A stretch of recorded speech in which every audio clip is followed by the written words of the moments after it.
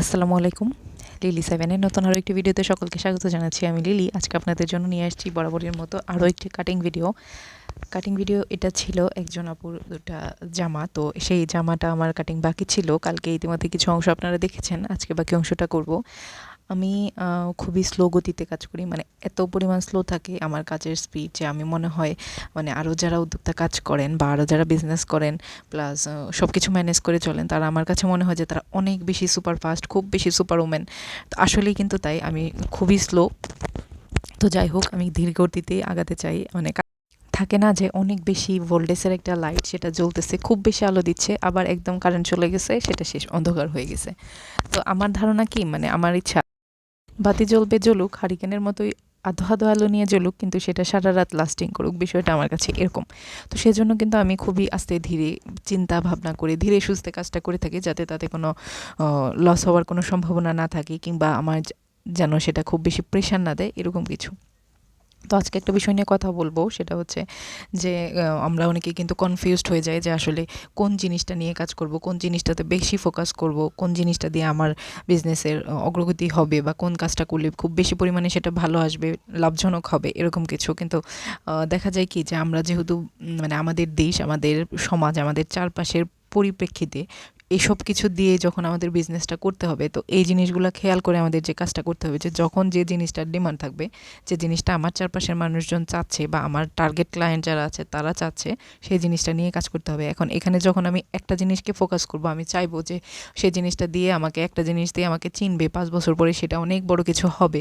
এখন এখানে কিন্তু মানে গণনার বিষয় হচ্ছে এই 5টা বছর আমার কিভাবে যাবে, এই 5টা বছরও তো আমাকে কাটাতে হবে। যাদের ব্যাকআপ আছে অনেক বেশি বড় বিজনেস প্ল্যানিং বা অনেক বড় বড় কিছু, তাদের জন্য আমি কথাগুলো বলতেছি না। আমি যেহেতু একজন ছোট উদ্যোক্তা, একদম ক্ষুদ্র একজন উদ্যোক্তা, আমি একদম যারা ছোট থেকে শুরু করে, শূন্য থেকে যারা শুরু করে, তাদের মানে তাদের কথা ভেবেই কথাগুলো বলা। আমার বিজনেসের ক্ষেত্রে যেটা শুরু হয়েছিল শুধুমাত্র গহনা দিয়ে, কিন্তু আজকে যদি আমার শুধুমাত্রই গহনা থাকতো, এটা কিন্তু একদম সিজনাল বিজনেস বা একটা ব্র্যান্ড হলেও হতে পারতো, বা শুধুমাত্র গহনায় আমি বিক্রি করতে পারতাম। কিন্তু এখানে যখন আমি আস্তে আস্তে আমার স্কিলগুলো বাড়াইছি, আমার জানার পরিধিটা আস্তে আস্তে বেড়েছে, আমার কাজের ক্ষেত্রটা কিন্তু অনেকটা বেড়ে গেছে। এখন এখানে বিভিন্ন ধরনের কাস্টমার আসে, বিভিন্নভাবে তারা তাদের প্রোডাক্ট সার্ভিস নিয়ে থাকে। কারো হয়তো বা গহনা লাগতেছে, কারো হয়তো বা বেবি ড্রেস লাগতেছে, কিংবা কারো ফ্লোরাল জুয়েলারি, বিভিন্ন আইটেম।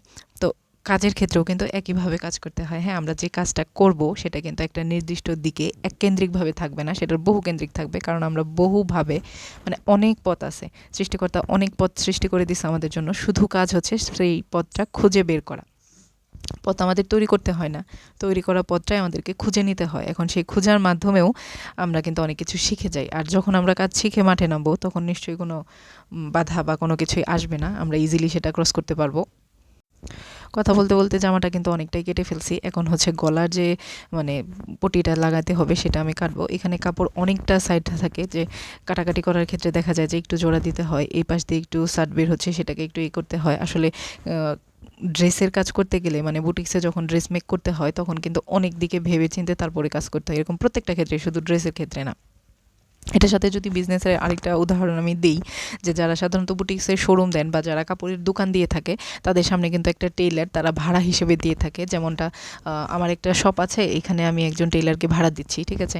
উনি উনি যে অর্ডারগুলি আমার শপ থেকে কালেক্ট করবে, তার একটা পার্সেন্টেজ আমাকে দিবে। এখানে দুইভাবেই কিন্তু লাভবান হচ্ছে, যে দোকান দিচ্ছে তারও একটা পার্সেন্টেজ চলে আসতেছে, বা যার একটা দোকান দেওয়ার অ্যাবিলিটি নাই তারও কিন্তু একটা পার্সেন্টেজ চলে আসতেছে। আবার যদি আপনি নিজেই একটা বুটিক শপ দিয়ে থাকেন, আবার আপনি নিজেই সেখানে যদি একটা টেইলারের কাজ নিজে করতে পারেন, তাহলে কিন্তু দুভাবে আপনারই লাভবান হচ্ছেন। কিন্তু অনেক ক্ষেত্রে এটা অনেক বেশি প্রেশার হয়ে যায় কাজ করাটা। আবার অনেকের ক্ষেত্রে হয়ে থাকে যে না, আমি তো ম্যানেজ করতে পারতেছি, তাহলে করি, সমস্যা নেই।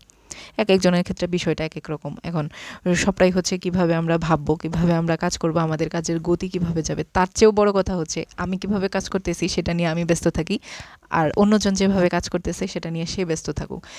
আমার দ্বারা এটা হচ্ছে, ওর দ্বারা এটা হচ্ছে, কিন্তু আমি তো আরও বেটার কিছু করতে পারতাম। মানে একটা ভেবে চিন্তে সময় নষ্ট না করার চাইতে, যে কাজটা আমি করতেছি ঠিক সেই কাজটাতে ফোকাস ঠিক রেখে যখন আমি কাজটা করব, তখন কিন্তু সেই কাজের সাকসেসটা অনেক দ্রুত চলে আসে, আর পরিচিতি, পাবলিসিটি খুব বেশি চলে আসে। সেলাই করার ক্ষেত্রে বা সেলাই খোলার ক্ষেত্রে যে কাজটা করতে হয়, যে এই শর্টগুলি নেওয়ার সময় এক হাতে শর্ট নিয়ে আরেক হাতে সেলাই করা খুব বেশি টাফ হয়ে যায়। তারপরও আমার ইদানিং সেটা কষ্ট বলে মনে হচ্ছে না, যেহেতু আমি একটু চেষ্টা করে যাচ্ছি। আসলে মানুষ চেষ্টা করলে পারে না, এমন কিছুই নাই। ড্রেসটা বানানো প্রায় শেষ। পুরোটা শেষ হলে এটার যে পুরো সেটটা আছে সেটা নিয়েই সাজনী বুড়ি আবার চলে আসবে। ততক্ষণ পর্যন্ত লিলি 7 এর সাথেই থাকবেন।